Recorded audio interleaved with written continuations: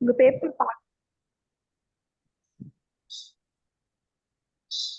So first point என்ன சொல்லணும்னா நீங்க ரொம்ப நல்லா எழுதிருக்கீங்க, அதை ஃபர்ஸ்ட் சொல்லணும். ஓவராலா உங்களோட ப்ரெசன்டேஷன், ஹேண்ட் ரைட்டிங் எல்லாமே நல்லா இருந்தது. எல்லா கொஸ்டினுமே ஜஸ்டிஸ் பண்ணிருக்கீங்க. ரொம்ப டீவியேஷன் அப்படின்றது இல்லை, கொஸ்டினுக்கு கரெக்டான ஆன்சர்ஸ் பண்ணிருக்கீங்க. பட் ஹியர் அண்ட் தேர் ஒன்று ரெண்டு பாயிண்ட்ஸ் மட்டும் நீங்க நோட் பண்ணிட்டு உங்களை இம்ப்ரூவ் பண்றது நல்லது இந்த டைம்ல. So first of all time பார்த்தீங்கன்னா 9:30க்கு ஸ்டார்ட் பண்ணிருக்கீங்க, பட் 1 o'clock முடிச்சிருக்கீங்க. ஸோ 3 மணி நேரத்துக்குள்ள முடிக்கணும், அது ரொம்ப முக்கியம். ஸோ இப்போ கொஸ்டின்ஸ்குள்ள போகலாம்.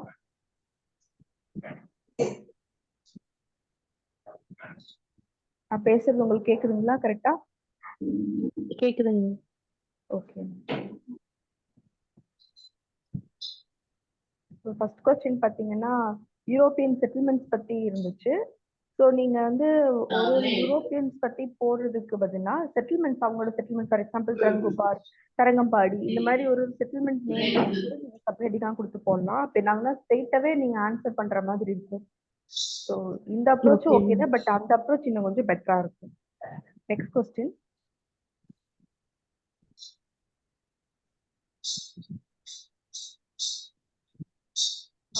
கொஸ்டின் பாத்தீங்கன்னா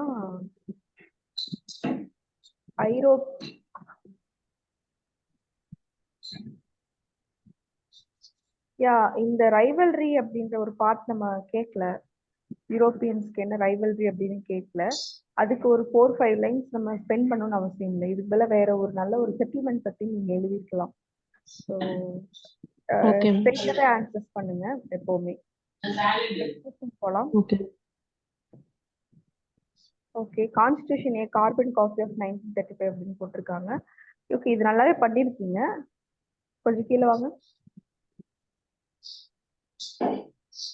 இதுல நீங்க இன்னும் வந்து என்ன பண்ணிருக்கலாம்னா இந்த ரீசன்ஸ் பாத்தீங்கன்னா ஒரே மாதிரியே இருக்கு, கொஞ்சம் டைவர்சிஃபைடா பண்ணிருக்கலாம். For example 1935 government of India act more suitable than any other act அப்படி சொல்லியிருக்கலாம். ஏன்னா நம்ம அப்ப இருந்த பாலிட்டி வந்து மேட்ச் ஆகும். கவர்மெண்ட் ஆஃப் இந்தியா ஆக்ட் 1935 வந்து நம்மளோட பாலிட்டிக்கல் ஸ்ட்ரக்சரோட நல்லா மேட்ச் ஆகும். ஸோ அதை அடாப்ட் பண்றது ஈஸியா இருக்கும். அதில் நிறைய ப்ரொவிஷன்ஸ் வந்து நமக்கு சொல்லியிருப்பாங்க. அந்த ப்ரொவிஷன்ஸ் எடுத்து போட்டு விச் இஸ் வெரி சூட்டபிள் அப்படின்ற மாதிரி நம்ம கொண்டு போயிருந்திருக்கலாம். ஸோ ஒய் கார்பன் காப்பி அப்படி போயிட்டுருக்கீங்க, பட் இன்னும் கொஞ்சம் நல்லா ஜஸ்டிஃபை பண்ணிருக்கலாம். இந்த இடத்துல கொஞ்சம் டைவர்சிஃபைடான ஆன்சர்ஸா இருந்திருந்தா இன்னும் நல்லா இருந்திருக்கும் ஆன்சர். Otherwise okay. நெக்ஸ்ட் பாத்தீங்கன்னா கோஆபரேட்டிவ் ஃபெடரலிசம் அந்த கொஸ்டின், இது நல்லாவே கொஸ்டின் அண்டர்ஸ்டாண்ட் பண்ணிட்டு எழுதிருக்கீங்க. நித்தி ஆயோகோட ஸ்ட்ரெயிட்டாவே நித்தி ஆயோகோட ஃபங்க்ஷன்ஸ், ஸ்ட்ரக்சர்ஸ் அதை பத்தி எழுதிக்கலாம். இதுல இன்னும் மெம்பர்ஸ் எல்லாம் பத்தி கொஞ்சம் நீங்க சொல்லியிருக்கலாம். ஃபார்மேஷன் அதெல்லாம் எழுதிருக்கீங்க, மெம்பர்ஸ் பத்தி சொல்லியிருக்கலாம். பர்மனன்ட் மெம்பர்ஸ் இருப்பாங்க, அட்ஹாக் மெம்பர்ஸ் இருப்பாங்க, ஸ்பெஷல் இன்வைட்டீஸ் இருப்பாங்க. பிளஸ் நித்தி ஆயோகோட ஃபங்க்ஷன்ஸ் இன்னும் கொஞ்சம் எலாபரேட் பண்ணிருக்கலாம். பிளஸ் கோஆபரேட்டிவ் ஃபெடரலிசம் அப்படின்னு சொல்லும்போது அதை தாண்டின நிறைய இன்ஸ்டிடியூஷன்ஸ் எல்லாம் இருக்கும் நமக்கு, அதை பத்தி சிலதெல்லாம் நம்ம மென்ஷன் பண்ணிருக்கலாம். ஸோ ஓவரால் இந்த கவுன்சில், இன்டர் ஸ்டேட் கவுன்சில் அதெல்லாம் மாதிரி நீங்க அதையும் சொல்லலாம். ஏன்னா நம்ம வந்து அதுவும் வந்து நம்மளோட சென்டர் ஸ்டேட் ரிலேஷனை வந்து நம்ம ஸ்ட்ரென்தன் பண்ணுது. ஜிஎஸ்டின்னு ஜென்ரலா இல்லாம ஜிஎஸ்டி கவுன்சில் சொல்லலாம். ஏன்னா நம்ம தான் அதுல 2/3 ஓட் இருக்கு ஸ்டேட்டுக்கு தான். ஸோ இது மாதிரி நிறைய கோஆபரேட்டிவ் ஃபெடரலிசம் இம்ப்ரூவ் பண்றதுக்கான நிறைய ஸ்ட்ரக்சர்ஸ் நம்ம சொல்லியிருக்கோம். ஏக் பாரத், சரிஸ்தா பாரத் இருக்கு, வேற என்ன இருக்கு, டீம் இந்தியா நம்ம சொல்றாங்க. ஸோ அது இருக்கு. அதே மாதிரி நீங்க சொல்ற மாதிரி இன்டர்ஸ்டேட் கவுன்சில் சொல்லலாம். அதே மாதிரி ஜோனல் கவுன்சில் சொல்லலாம். இது எல்லாமே கோஆபரேட்டிவ் ஃபெடரலிசம்காக. ஜோனல் கவுன்சில் அப்படின்னு பார்த்தீங்கன்னா நம்ம ஸ்டேட் ரீஆர்கனைசேஷன் பண்ணதுக்கு அப்புறம் நமக்கு ஏதாவது டிஸ்பியூட்ஸ் இருந்ததுன்னா அது நம்ம சொல்றதுக்கான வாய்ப்பு தான். ஸோ அது சொல்லியிருக்கலாம். ஸோ இது மாதிரி நிறைய ஸ்ட்ரக்சர்ஸ் இருக்கு. அதெல்லாத்தையும் ஸ்ட்ரக்சர் வைஸா அனலைஸ் பண்ணிருந்தீங்கன்னா இன்னும் நல்லா இருந்திருக்குங்க. ஸ்ட்ரக்சருக்கு கேட்காம இன்ஸ்டிடியூஷன் அப்படின்னு கேக்குறனால இன்ஸ்டிடியூஷனலைஸா இருக்கிறது நித்தி ஆயோக் மட்டும் தானே மேம் இருக்கு. கரெக்ட் தான். அதாவது right about institution structure for cooperative federalism என்னென்னலாம் இருக்கு, நமக்கு என்னென்ன அமைப்புகள் இருக்கு அப்படின்னு கேக்குறாங்க கோஆபரேட்டிவ் ஃபெடரலிசம் அப்படின்றது. ஸோ இன்டர்ஸ்டேட் கவுன்சில் கூட உங்களுக்கு ஒரு அமைப்பு தானே, அது கான்ஸ்டிடியூஷன் பாடி, அதையும் நீங்க சொல்லலாம். உங்களுக்கு நித்தியா இருந்தா நிறைய சொல்லணும் அப்படின்னா அதுக்கு ஒரு 2/3 அதை சூஸ் பண்ணிட்டு மற்ற பத்தியும் நீங்க சொல்லிருக்கலாம். அப்ப என்ன ஆகும்னா ஆன்சர் வந்து டைவர்சிஃபைடாகவும் என்ரிச்டாகவும் இருக்கும். இப்ப நித்தி ஆயோக்ல நீங்க போகும்போது நிறைய உங்களுக்கு பாயிண்ட்ஸ் ஜென்ரேட் பண்ண முடியாம கொஞ்சம் உங்களுக்கு ஸ்ட்ரகிள் ஆயிருக்கு. இப்படி ஸ்ட்ரகிள் ஆகும்போது என்ன ஆகும்னா உங்களுக்கு டைம் எடுக்கும், யோசிப்பீங்க, அடுத்த கொஸ்டின் வந்து இன்னும் கொஞ்சம் ப்ராப்ளம் வரும். இப்படிதான் அந்த ஹாஃப் அன் ஹவர் எக்ஸ்ட்ரா நீங்க எடுத்திருப்பீங்க. ஸோ இதெல்லாம் அவாய்ட் பண்ணணும்னா ஓரளவு நம்ம ஜென்ரல் பெர்ஸ்பெக்டிவ்ல நிறைய பாயிண்ட்ஸ் எங்க ஜென்ரேட் பண்ண முடியும் அப்படின்னு யோசிச்சோம்னாவே ஒரு டைவர்சிஃபைடான ஆன்சரும் கிடைச்சிடும், ப்ளஸ் டைம் உங்களுக்கு ஈஸியா முடிஞ்சிடும். நிறைய பாயிண்ட்ஸ் நீங்க கொடுத்துருவீங்க. அந்த மாதிரி அப்ரோச் நீங்க ட்ரை பண்ணுங்க, இன்னும் நல்லா இருக்கும். ஓகேங்களா? ஓகே. நெக்ஸ்ட் பாத்தீங்கன்னா லெஜிஸ்லேட்டிவ் கவுன்சில். இது ஓகே, பட் ஆர்டிக்கல்லாம் நீங்க சரியா மென்ஷன் பண்ணலன்னு நினைக்கிறேன். அது பாருங்க. லெஜிஸ்லேட்டிவ் கவுன்சில் ஸ்டிக் ஆன் பண்ணுங்க. என்னென்ன ஸ்டேட்ல இருக்கு அதெல்லாம் நீங்க சொல்லிருக்கலாம், பட் அதை பத்தி இங்க நீங்க எதுவும் சொல்லல. ராஜ்யசபாவும் லெஜிஸ்லேட்டிவ் கவுன்சில் ரெண்டையும் கேட்டாங்க அப்படின்ற மாதிரி உங்க அப்ரோச் இருக்கு. பட் அவங்க கேட்டது ராஜ்யசபா கிடையாது, லெஜிஸ்லேட்டிவ் கவுன்சில் பத்தி மட்டும்தான். நீங்க அதை பத்தி மட்டும் இந்த நீங்க क्वेश्चन கொஞ்சம் தப்பா புரிஞ்சுட்டாங்க. அண்டர்ஸ்டாண்ட் பண்ணிட்டீங்க. ஏன்னா நீங்க ஃபர்ஸ்ட் ஹெட்டிங் போடும்போதே அந்த ஸ்டேட் லெஜிஸ்லேட்டிவ் கவுன்சில் வச்சு ராஜ்யசபான்னு போடும்போதே ஓகே இங்க ஏதோ அண்டர்ஸ்டாண்டிங் மிஸ்டேக் இருக்கு அப்படின்னு புரிஞ்சுது. பட் ரெண்டுத்துக்கும் சேம் ஆன்சர் மாதிரி எழுதிருக்கீங்க. ஆனா நீங்க லெஜிஸ்லேட்டிவ் கவுன்சில் மட்டும் எழுதிருந்தீங்கன்னா நிறைய எழுதிருப்பீங்க.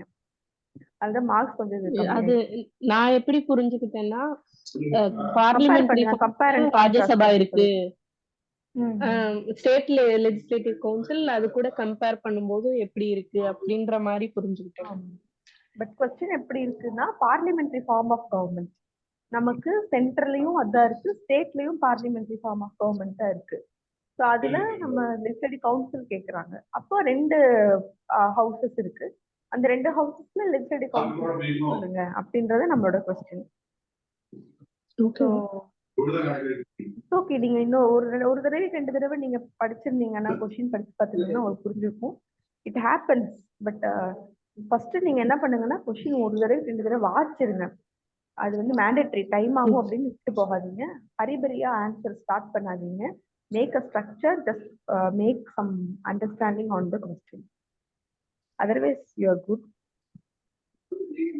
நெக்ஸ்ட் கொஸ்டின் பாத்தீங்கன்னா டொமஸ்டிக் வயலன்ஸ் ஆக்ட். இதுல சில ப்ரொவிஷன்ஸ் எல்லாம் நீங்க நல்லாவே ஆட் பண்ணிருக்கலாம். இன்னும் நீங்க எழுதிருக்கீங்க, ப்ரொடெக்ஷன் ஆஃபீஸர் அதெல்லாம் எழுதிருக்கீங்க. இருந்தாலும் ஏதாவது ரிலீஃப், அவங்களுக்கான சர்வீஸ் என்னென்ன கொடுப்பாங்க, அதே மாதிரி லீகல் சர்வீசஸ்லாம் அவங்களுக்கு ஃப்ரீயா கொடுப்பாங்க, ஷெல்டர் ஹோம்ஸ் கொடுப்பாங்க, இந்த மாதிரி ரீஹாபிலிட்டேஷன் இதெல்லாம் நீங்க கொஞ்சம் சேர்த்திருந்தீங்கன்னா இதுவும் நல்ல ஆன்சரா இருந்திருக்கும். Otherwise okay, you have done good. Next பாத்தீங்கன்னா பயங்கரவாதம் அப்படின்றது சொல்லியிருக்காங்க. ஓகே, டெரரிசம் இந்த கொஸ்டின் ஓகே ஓவராலா பண்ணிருக்கீங்க, எல்லா இம்பாக்டுமே கொண்டு வந்திருக்கீங்க. பட் நீங்க ஏதோ ஒரு எங்காவது நீங்க ஏதாவது மென்ஷன் பண்ண முடியும், இந்த மாதிரி டேட்டா, இண்டெக்ஸ், ரேங்க் அப்படின்னா நீங்க அதை யூஸ் பண்ணலாம். இல்லை டக்குன்னு நீங்க ஒரு டெரரிசம் இண்டெக்ஸ் ஆப்வியஸ்லி நம்ம வந்து பட்ஜெட்ல பாத்தீங்கன்னா one of the largest budget spending country for defence sector due to terrorism. So நம்ம இம்பாக்டுக்கு கரெக்டான ஆன்சர் தான். பட் இருந்தாலும் இது மாதிரி ஏதோ ஒரு இதை ஹைலைட் பண்ணீங்கன்னா it will be so good. ஏன்னா நமக்கு தெரியும் டெரரிசம் இண்டெக்ஸ்லாம் நீங்க படிச்சுருக்கீங்க, தெரியாது இல்ல, தெரியற திங்ஸை நம்ம கொஞ்சம் நம்ம ஹைலைட் பண்ணி காமிச்சிட்டோம்னாவே நம்ம ரேங்க் கொஞ்சம் இம்ப்ரூவ் ஆகும், மார்க் கொஞ்சம் இம்ப்ரூவ் ஆகும், கொடுத்த சர்வீஸ் நம்ம வாங்கிக்கலாம், அவ்வளவுதான். நெக்ஸ்ட் பாத்தீங்கன்னா டெர்மினேட்டர். இதை பத்தி பார்க்கும்போது இங்க நீங்க கொஞ்சம் படிக்க வேண்டியதா இருக்கு. என்ன டெர்மினேட்டர் டெக்னாலஜி தெரியல மேம், அந்த நீங்க கொஞ்சம் சமாளிச்சிருக்கீங்க. பட் இது தெரிஞ்சுக்கங்க, இது வேற ஒண்ணும் இல்ல, நம்ம விவசாயியோட வாழ்வாதாரமே இந்த டெக்னாலஜி வச்சுதான் இருக்கு. என்ன ஆகுனா ஃபர்ஸ்ட் ஜென்ரேஷன்ல மட்டும்தான் அவங்க மாடிஃபைட் பண்ண ஜெனட்டிக்கல் திங்ஸ் எல்லாம் ஒர்க் ஆகும். செகண்ட் ஜென்ரேஷன்ல அந்த விதை யூஸ் பண்ண முடியாது. அப்ப என்ன ஆகுனா மன்சோட்டா அந்த மாதிரியான கம்பெனியோட டிபெண்ட் ஆயிருக்கு. ஸோ இதுதான் வந்து இந்த டெர்மினேட்டர் டெக்னாலஜி அப்படின்னு சொல்லுவாங்க. இது வந்து it is science and technology கிளான்ஸ்ல நம்ம எழுதணும். ஸோ ஜீன் எடிட்டிங் அப்படி இருக்கும். அதில் நம்ம ஜீன் எடிட் பண்ணதுக்கு அப்புறம் அது வந்து இன்குபேட் பண்ணிடுவாங்க. ஆக்சுவலி ஒரு கெமிக்கல் இன்டியூஸ் பண்ணா மட்டும்தான் அந்த ஜீன் எடிட்டிங் டெக்னாலஜி அந்த விதையில ஒர்க் ஆகும். அதை தான் நம்ம வந்து ஜெர்மினேட் பண்ணி அதை தான் நம்ம விளைவிக்கணும். அப்படி விளைவிச்சு வர ஒரு காட்டன் இருக்குன்னா அதோட சீட்ஸ் நம்மளால யூஸ் பண்ண முடியாது. செகண்ட் ஜென்ரேஷன்ல you can't use the whatever gene editing you have done, அதெல்லாம் யூஸ் பண்ண முடியாது. இதுதான் வந்து ஜீன் எடிட்டர். ஸோ அது கொஞ்சம் பார்த்துக்கோங்க. அது வந்து இப்போ பேப்பர்ல நம்ம பார்த்துக்கிட்டே இருக்கிறது தான். கொஞ்சம் நம்ம கான்செப்ட் வைஸா அதை பார்த்தீங்கன்னா நீங்க எழுதிருக்கலாம். ஸோ கொஞ்சம் சமாளிச்சிருக்கீங்க, அவ்வளவுதான் எனக்கு தெரியுது. படிச்சிருங்க இந்த கொஸ்டின், இந்த டெக்னாலஜி கொஞ்சம் படிச்சு வச்சுக்கோங்க. நெக்ஸ்ட் கொஸ்டின் பார்த்தோம்னா, நீங்க லாஸ்ட் லைன் வரைக்கும் எழுதவே மாட்டேங்கிறீங்க. நான் 2-3 கொஸ்டின் பார்த்துட்டேன். ஸோ மேபி இந்த பேப்பர் கொஞ்சம் லென்த்தியா இருக்கா, என்ன சுச்சுவேஷன் தெரியல. நீங்க லாஸ்ட் லைன் வரைக்குமே எழுதுங்க. நம்மளோட ஆக்சுவல் மெயின்ஸ் பேப்பர்ல லாஸ்ட் லைன்ல விட்டு வைக்காதீங்க. உங்களுக்கு ஸ்பேஸ் ரொம்ப அதிகமா இருக்கு, நிறைய பாயிண்ட்ஸ் ஜெனரேட் பண்ண முடியுதுன்னா ஃபர்ஸ்ட் 2-3 லைன்ஸ்ல ஏதாவது மேனேஜ் பண்ணுங்க பேப்பரை. அப்படி வந்து ஸ்பேஸ் விட்டீங்கன்னா, நடுவில் ஸ்பேஸ் விட்டீங்கன்னா அவ்வளவா தெரியாது. அதுக்குன்னு ரொம்ப ஸ்பேஷியஸா எழுதிடாதீங்க. லாஸ்ட்ல தயவு செஞ்சு ஸ்பேஸ் விடவே வேண்டாம். அது பின் நீங்க ப்ராக்டிஸ் பண்ணிக்கோங்க. Next, discuss about multipurpose irrigation project. Okay, இது நல்லா தான் பண்ணியிருக்கீங்க. எல்லா ஆஸ்பெக்டும் நீங்க டச் பண்ணியிருக்கீங்க.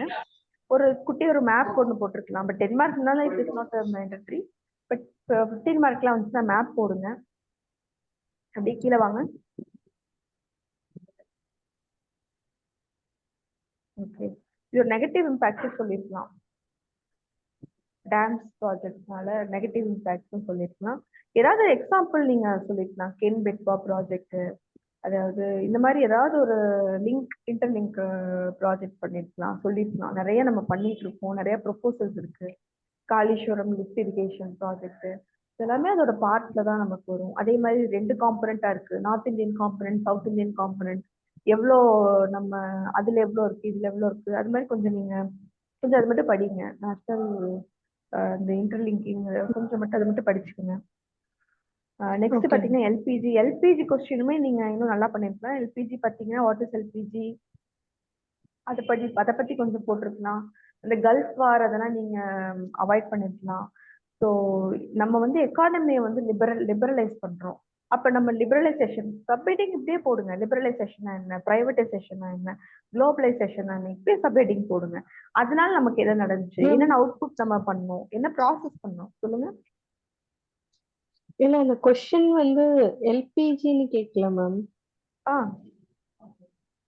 அது வந்து எதனால எல்பிஜி ரிஃபார்ம் கொண்டு வந்தாங்க, அதை கிரிட்டிக்கலா எக்ஸ்பிளைன் பண்ணுங்க. அதாவது ஏன் அதை கொண்டு வரோம் அப்படின்ட்டுதான் கேக்குறாங்க. ஸோ அப்ப நீங்க வந்து நமக்கு வந்து என்ன ப்ராப்ளம் இருந்துச்சு அப்படின்னு சொல்லிட்டு அதுக்கப்புறம் நீங்க எல்பிஜிலேயே இருக்கிறதுல என்னென்ன செஞ்சிருக்கோம், அது ஏன் நம்ம செஞ்சோம். இப்ப எம்ஆர்டிபி ஆக்ட்னா நம்ம ஏன் கொண்டு வந்தோம், மோனோபோலி வேண்டாம் நம்ம பார்த்தோம், ஓப்பன் எக்கானமி ஏன் நம்ம கொண்டு வந்தோம், நம்ம கிட்ட வந்து எக்கானமி வந்து ஓப்பன் பண்ண வேண்டிய நிலைமை என்ன, அப்படி நீங்க கொண்டு வரணும்.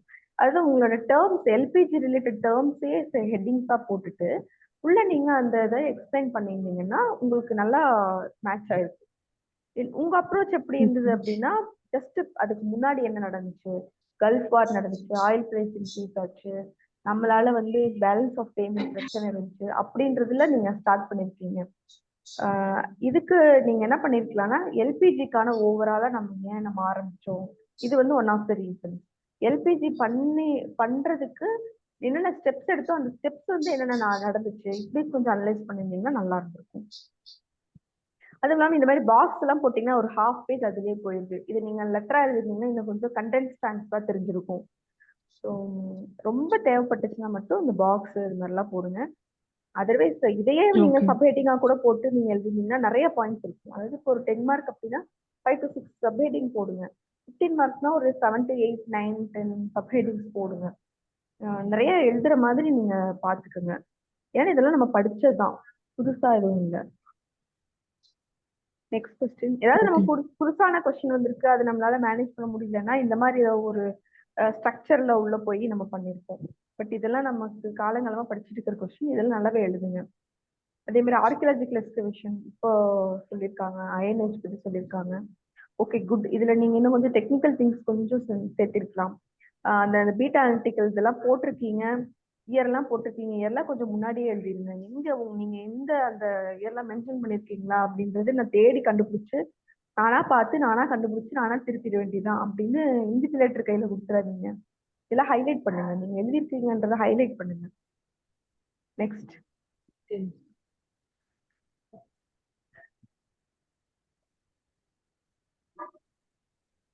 இதெல்லாம் அடிச்சுட்டு வந்துருங்க. நீங்க எழுதுறீங்கன்னா அடிச்சுட்டு வந்துருங்க. அதே மாதிரி நாட்டுப்புற நடனங்கள் இதுவும் வந்து சிம்பிளான கொஸ்டின் தான். நிறைய ரொம்ப ஸ்பேஸ் விட்டு எழுதியிருக்கிற மாதிரி இருந்துச்சு. அது மாதிரிலாம் எழுத வேண்டாம். இவ்வளவு ஸ்பேஸ் விட்டு எழுதிருந்தீங்கன்னா பார்த்தோன்னே தெரிஞ்சிரும். உங்களுக்கு தெரியல, இது கூட படிக்கலையா அப்படின்ற மாதிரி நெகட்டிவ் இம்ப்ரெஷன் கிரியேட் ஆயிரும். பட் நல்லாவே எழுதுங்க. Next question. பெரியாரின் பங்கு. நீங்க இவரோட ஜேர்னல்ஸ் பத்தி எதுவுமே சொல்லவே இல்லை. தமிழ் சீர்திருத்தத்துல அவரோட எழுத்து சீர்திருத்தம் ரொம்ப முக்கியம். அதான் ஹெட்டிங்கா போடுங்க, ஹெட்டிங்கா கொண்டு வாங்க, சப்ஹெட்டிங்கா கொண்டு வாங்க. அவரோட ஜேர்னல்ஸ் பத்தி நிறைய அவர் ஜேர்னல்ஸ் இருக்கும் இல்லையா, குடியரசு, ரிவோல்ட், இதெல்லாம் எழுதுங்க. அதுல நிறைய பேர் ஜாயின் பண்ணி தான் பாலிடிக்ஸ்க்கே வந்தாங்க. ஸோ அவருடைய எழுத்து தமிழ் தமிழ் சீர்திருத்தம் டெவலப்மெண்ட்டுக்கு அப்படிங்கும்போது அப்படின்ற மாதிரி சொல்லுவாங்க. அவர் ஜேர்னல்ஸ், அதாவது இப்போ ஒரு தமிழ் டெவலப்மெண்ட்னா நீங்க என்ன சொல்லுவீங்க? புக் எழுதுவாங்க, ஜேர்னல்ஸ் எழுதுவாங்க, Reform. இதழ்கள் நடத்துவாங்க, பத்திரிகை நடத்துவாங்க. இதெல்லாம் தமிழோட வளர்ச்சிக்காகவும் தானே. தமிழ் சம்பந்தமான கட்டுரைகளும் அங்க நிறைய இருக்கும். ஸோ இதை வெறும் பாலிடிக்ஸா மட்டும் பார்க்காம தமிழ் வளர்ச்சியும் போது இதையும் நீங்க எழுதுங்க. வெறும் எழுத்து சீர்திருத்தம், ஹிந்தி எதிர்ப்பு போராட்டம், 2 பாயிண்ட் மட்டும்தான் நமக்கு ப்ராமினெண்டா தெரியுது. அதுக்கு பதிலா குடியரசு இதழ் நடத்தினாரு, இதெல்லாம் நீங்க எழுதலாம். அதுல வந்து தமிழ் சீர்திருத்த தமிழ் லெட்டர்ஸ் எல்லாம் அதுல கொண்டு வந்தாங்க, அதை கவர்மெண்ட் வந்து அக்செப்ட் பண்ணிக்கிட்டாங்க, இப்படி கூட நீங்க கொண்டு வரலாம். ஸோ ஏன்னா நீங்க நீங்க தமிழ் அப்படின்னு ஒரு, அதாவது அவங்க ரொம்ப ஸ்பெசிஃபிக்கா போயிட்டாங்க கொஸ்டின். பெரியாருன்னு ஜென்ரலா இல்ல, தமிழ்னு சொல்லும்போது அவரோட தமிழ் ஓரியன்டா இருக்க எல்லாத்தையும் விடாம எழுதுனீங்கன்னா தான் உங்களுக்கு பாயிண்ட்ஸ் நீங்க நிறைய கொடுக்குற மாதிரி இருக்கும். இப்ப இங்க பாத்தீங்கன்னா 2 பாயிண்ட் தான் தெரியுது. ஓகேங்களா? ஸோ அதுக்காக சொல்றது. நெக்ஸ்ட் வேலூர் 1857 ரிவோல்ட், ஏன் வேலூர் கழகம் முன்னோடி அப்படின்ட்டு. இங்க நீங்க முன்னோடியா இருக்கா அப்படின்னு உங்களை கேட்கல, ஏன் முன்னோடியா இருக்குன்னு தான் கேட்டிருக்காங்க. ஸோ நீங்க எஸ் அது ரிவோல்ட் முன்னோடியா தான் இருந்துச்சு அப்படின்னு நீங்க பாயிண்ட் நீங்க சொல்ல தேவையில்லை. ஸோ நீங்க ஸ்ட்ரெயிட்டாவே நீங்க ஆன்சர்ல இறங்கிடலாம். உங்களை பத்தின ஒப்பீனியன் பேஸ்டு கொஸ்டினா இருந்ததுனாலும் நீங்க எஸ் ஆமா அப்படின்னு சொல்லணும் தேவையில்லை. உங்க ஆன்சர்ல எஸ்ன்னு ஆன்சர் வந்து அவங்களுக்கு புரிஞ்சா போதும். நெக்ஸ்ட் பாக்ஸ் டைப்பா எழுதுறதுக்கு இதையும் சப் ஹெட்டிங்கா போட்டு அதுல கொஞ்சம் எக்ஸ்பிரிமெண்ட் எழுதிக்கலாம். இதுவும் ரொம்ப ஸ்பேஷியஸா இருக்கு. நல்லா தெரிஞ்ச கொஸ்டின்ல வந்து நல்லா எழுத வேண்டிய கொஸ்டின்ஸ் எல்லாமே ஸ்ட்ரக்சருக்குள்ள கொண்டு வரணும், மோனோட்டோனஸா ஆன்சர் கூடாது அப்படின்னு மெக்கானிக்கா எதுவும் பண்ணாதீங்க. ஜஸ்ட் அப்படியே புட்டுங்க, வேலூர் புரட்சி அப்படியே ஹெட்டிங் எழுதி அது இருக்கிற பாக்ஸ்ல உள்ள இருக்கிற மேட்டர் எல்லாம் ஹெட்டிங்கா எழுதி அப்படியே எழுதுங்க. நல்லா இருக்கும், நிறைய எழுதுன மாதிரி இருக்கும். அதே மாதிரி ரோல் ஆஃப் லாயர்ஸ் அப்படின்னு பாத்தீங்கன்னா நிறைய லாயர்ஸ் பத்தி நீங்க சொல்லவே இல்லை. லாயர்ஸே எழுதி ராஜாஜி, அது மாதிரி லாயர்ஸே நீங்க எழுதி ஜிஓசி, இவங்க எல்லாருமே லாயர்ஸ் தான். அவங்களே எழுதி அவங்களோட என்ன ஆயிடுச்சு அப்படின்னு பாருங்க. இன்னும் நிறைய பேர் இருப்பாங்க, அதெல்லாம் கொஞ்சம் நீங்க ப்ராக்டிஸ் பண்ணிக்கோங்க. 2-3 லாயர்ஸ் எடுத்து வச்சுக்கோங்க, ஏன்னா இது நமக்கு கேட்டுட்டாங்க. ஸோ அப்ப நீங்க அந்த கொஸ்டினை கொஞ்சம் இதை ப்ரிப்பேர் பண்ணிக்கோங்க. இல்ல மேம், இதை நான் எழுதினேன், ஸ்கேன் பண்ணும்போது ஒரு பேஜ் ஸ்கிப் ஆயிடுச்சுன்னு நினைக்கிறேன். புரியல, ஸ்கேன் பண்ணும்போது எக்ஸ்ட்ரா பண்ணிட்டீங்களா? ஒரு பேஜ் ஸ்கிப் ஆயிடுச்சுன்னு நினைக்கிறேன். இது நான் எழுதினேன் மேம், ஃபுல்லா விஓசி எழுதினேன், சத்யமூர்த்தி எழுதினேன். உங்க ஸ்கேனிங்லயும் நிறைய ப்ராப்ளம் இருக்குப்பா. நீங்க நெக்ஸ்ட் டைம் ஸ்கேன் பண்ணும்போது இது கரெக்டா பண்ணுங்க. டாக்குமெண்ட் ஸ்கேனர்ல பண்ணுங்க. இல்ல நீங்க பண்ணாம பாயிண்ட் எல்லாம் எழுதுங்க, எழுதிட்டீங்கன்னா ஓகே. எழுதாம இருக்கீங்க விஓசி சத்யமூர்த்தி எல்லாமே எழுதுங்க. Okay okay. So next question, 17th லோக்சபாவோட பெர்ஃபார்மன்ஸ். பார்லிமெண்ட்ரி ஃபார்ம் ஆஃப் கவர்மெண்டோட ஃபீச்சர்ஸ் எழுதிருக்கீங்க. What is parliamentary form of government? 2 houses இருக்கும், அதெல்லாம் நீங்க எழுதுங்க. ஃபர்ஸ்ட் டெஃபினிஷன் மாதிரி ஸ்டார்ட் பண்ணுங்க. கீழே வாங்க. ஓகே,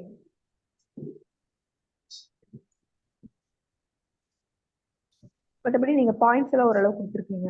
எவ்வளவு மணி நேரம் ஒர்க் பண்ணாங்க, என்னென்ன பில்ஸ் இருந்துச்சு, that is all okay.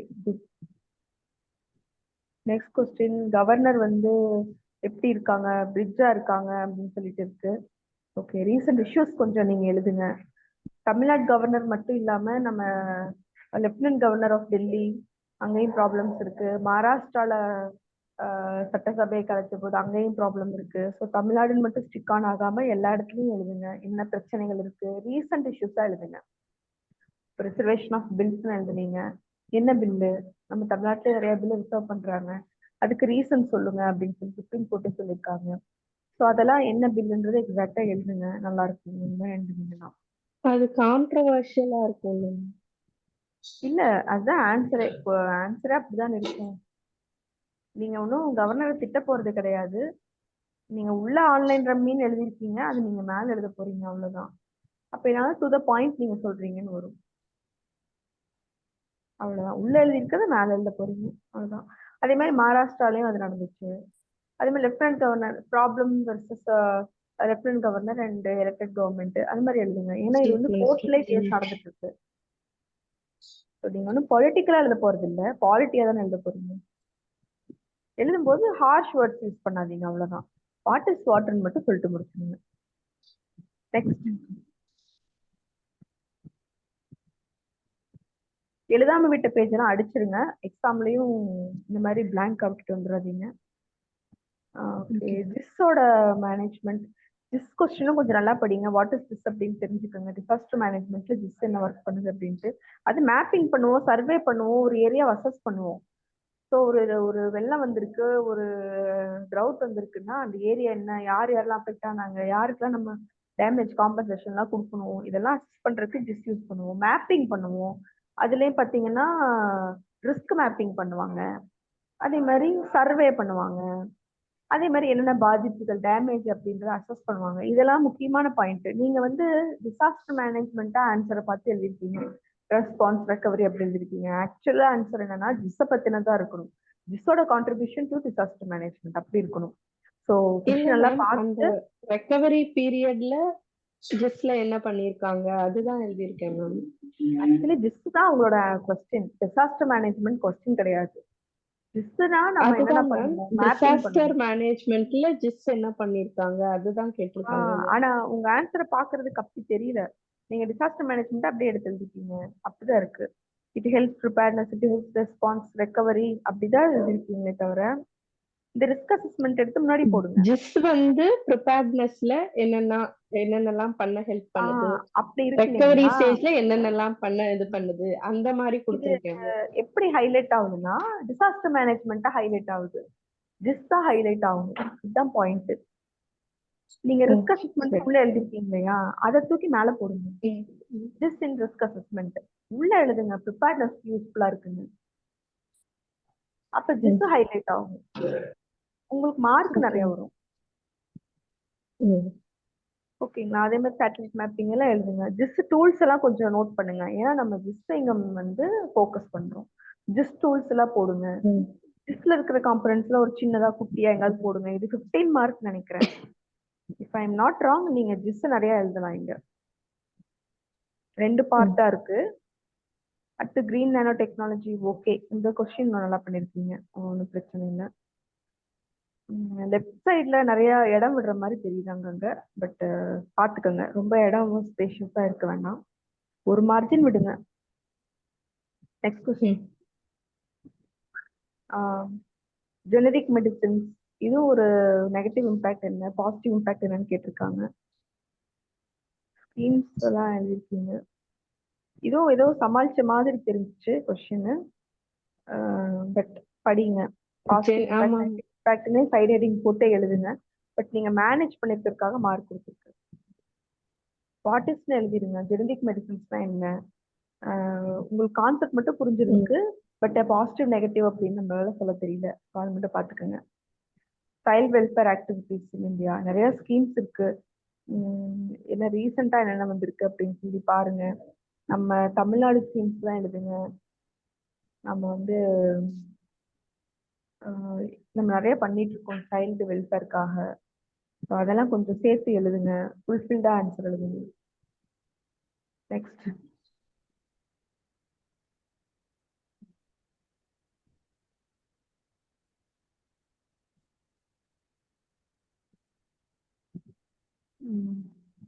S, பொது சேவை வழங்குவதில் இருக்கிற சிக்கல் என்ன, சமீபத்திய திட்டங்கள் எவ்வாறு சமாளிக்குது, இதெல்லாமே டிஜிட்டல் ஏராவா எழுதிருக்கீங்க. கீழே வாங்க. சர்வீஸ் டெலிவரியில சொல்லியிருக்கீங்க.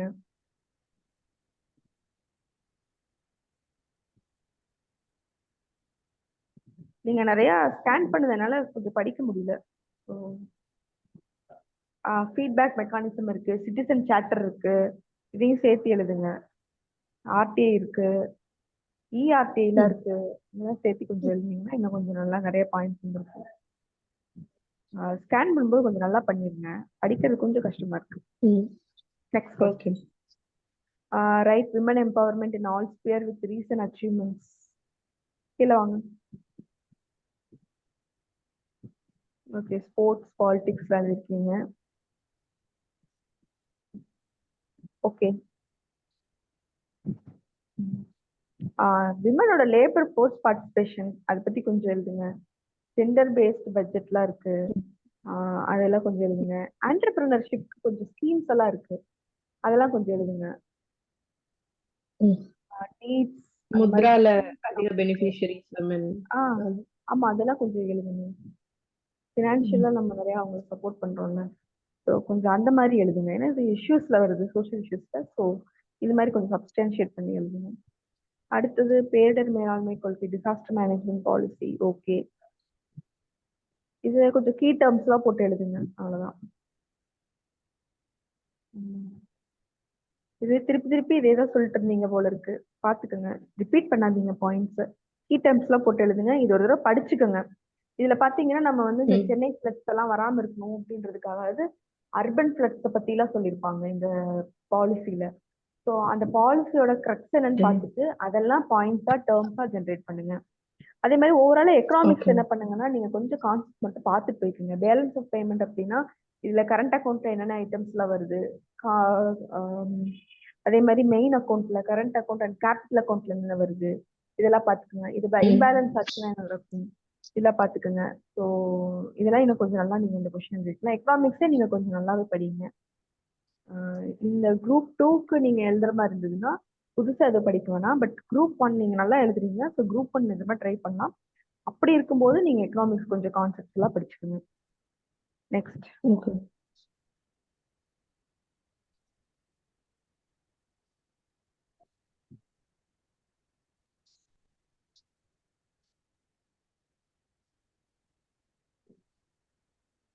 நெக்ஸ்ட் கீழே வாங்க. நெக்ஸ்ட் கொஸ்டின் போங்க.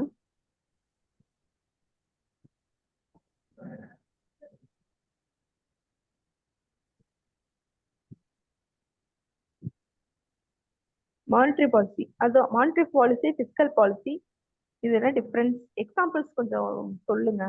மானிட்டரி பாலிசிக்கு பார்த்தீங்கன்னா ரெப்போ ரேட், ரிவர்ஸ் ரெப்போ ரேட்லாம் எழுதிருக்கீங்க, அதை பத்தி கொஞ்சம் எக்ஸ்பிளைன் பண்ணி எழுதுங்க. ஜஸ்ட் டூல்ஸ் அப்படி கொஞ்சம் மெக்கானிக்கலா கொண்டு போயிட்டீங்க. அதே மாதிரி பிஸ்கல் பாலிசிக்கு கொஞ்சம் சில எக்ஸாம்பிள்ஸ் எல்லாம் கொண்டு வந்து ஏதோ ஒரு பிஸ்கல் பாலிசி எடுத்து அதுல இருந்து ஒரு எக்ஸாம்பிள் எழுதி அது சப்ஸ்டான்ஷியேட் பண்ணுங்க. ஸோ அது மாதிரி கொஞ்சம் எக்ஸாம்பிள்ஸ்ன்னு கேட்டிருக்கறதுனால அது எக்ஸாம்பிளா கன்வெர்ட் பண்ணுங்க. உங்களுக்கு நீங்க கொடுத்த அந்த பாயிண்ட்ஸ்ல எக்ஸாம்பிள்ஸா கன்வெர்ட் பண்ணுங்க. ஸோ அவ்வளவுதான் நினைக்கிறேன் நீங்க. ஸோ ஓவராலா நல்லா எழுதிருக்கீங்க. 2 விஷயம் நல்லா பார்த்துக்குங்க. நீங்க குரூப் 2 எழுதுற மாதிரி இருந்ததுன்னா டைம் வந்து ரொம்ப ஸ்ட்ரிக்டா ஃபாலோ பண்ணுங்க. 2வது நீங்க ஆல்ரெடி என்ன படிச்சீங்களோ அதை மட்டும் ஒரு தடவை படிச்சுட்டு போங்க. ஸோ நல்ல ஒரு பொட்டன்ஷியலான கேண்டிடேட்டோட பேப்பர் இது. நீங்க நல்லா எழுதிருக்கீங்க, நல்ல ரேங்க் வரும் உங்களுக்கு. ஸோ நல்லா எழுதுங்க. All the very best. உங்களுக்கு ஏதாவது கேட்கணுமா? Thank you ma'am. இப்போ வந்து நமக்கு ஒரு பாலிசி எடுத்து எழுதுறோம்னு வச்சுக்கோங்க, நீங்க கீ பாயிண்ட்ஸ் தரணும்னு சொல்லுவீங்க, டக்குன்னு அங்க போய் நமக்கு கொஞ்சம் பிளாங்க் ஆயிடும்ல. இப்போ அந்த டிசாஸ்டர் மேனேஜ்மெண்ட் பாலிசி நான் படிச்சிருந்தேன், ஆனா எழுதும்போது டக்குன்னு அது வரல, அதனால அங்க நான் சமாளிச்சு விட்டுருக்கேன். அதுதான் நிறைய சொல்றேன். கொஸ்டின் சமாளிச்சிருக்கீங்க. பட் ஓகே, சமாளிச்சதே நல்லா தான் சமாளிச்சிருக்கீங்க. But the thing is terms அங்க வரணும் அப்படின்னா நீங்க இங்க ப்ரிப்பரேஷன்ல தாங்க வேலையே இருக்கு. ரைட்டிங் ப்ராக்டிஸ் சொல்றேன், இட் இஸ் நத்திங். ப்ரிப்பரேஷன்ல தாங்க ஃபுல் வேலை இருக்கு. நீங்க ரிவிஷன் பண்ணணும் நல்லா. டேர்ம்ஸ் இப்போ நீங்க டக்குன்னு ஒரு பாலிசி எடுத்துட்டீங்க அப்படின்னா டேர்ம்ஸ் போடுங்க. டொமஸ்டிக் வயலன்ஸ் ஆக்டா டேர்ம்ஸ் போடுங்க. ப்ரொடெக்ஷன் ஆஃபீஸர் போடுங்க, லீகல் ரெமடிஸ் போடுங்க, ஷெல்டர் ஹோம் போடுங்க. ஜஸ்ட் ஒரு 10 டேர்ம்ஸ் வரணும், அவ்வளவுதான். ஸோ இப்போ ஜஸ்ட் எடுத்துக்கிட்டீங்கன்னா மேப்பிங் அசஸ்மெண்ட் அப்படின்றது 10 டேர்ம்ஸ் எழுதுங்க. Just 1 word terms. அப்படி ரிவிஷன் பண்ணுங்க. ஃபுல்லா படிச்சு திருப்பி படிக்காம ஜஸ்ட் உங்களோட டாபிக்ஸ் எடுத்துக்கோங்க. ஜஸ்ட் டேர்ம்ஸ் மட்டும் ரிவைஸ் பண்ணுங்க. அந்த டேர்ம்ஸ்ல நீங்க அங்க என்ன பண்ண போறீங்க, ஹைலைட் பண்ண போறீங்க. இப்படி நீங்க படிச்சீங்கன்னா அங்க உங்களுக்கு திணறாது, எழுதும்போது திணறாது, நிறைய டைம் எடுத்துக்க மாட்டீங்க, யோசிக்க மாட்டீங்க, பிளாங்க் அவுட் ஆகாது. ஸோ ப்ரிப்பரேஷன் பண்ணும்போதே படிக்கும் போதே ரிவிஷன் பண்ணும்போது இந்த மாதிரி மெத்தட் அடாப்ட் பண்ணுங்க. டேர்ம்ஸா சொல்லிட்டு அடுத்தடுத்து போயிட்டே இருங்க. உங்களுக்கு ஈஸியா ஞாபகம் ஓகே வரும். மேம். ஓகே மேம், நல்லா எழுதிருக்கீங்க. இதே மாதிரி எழுதுங்க. All the very best. Thank you.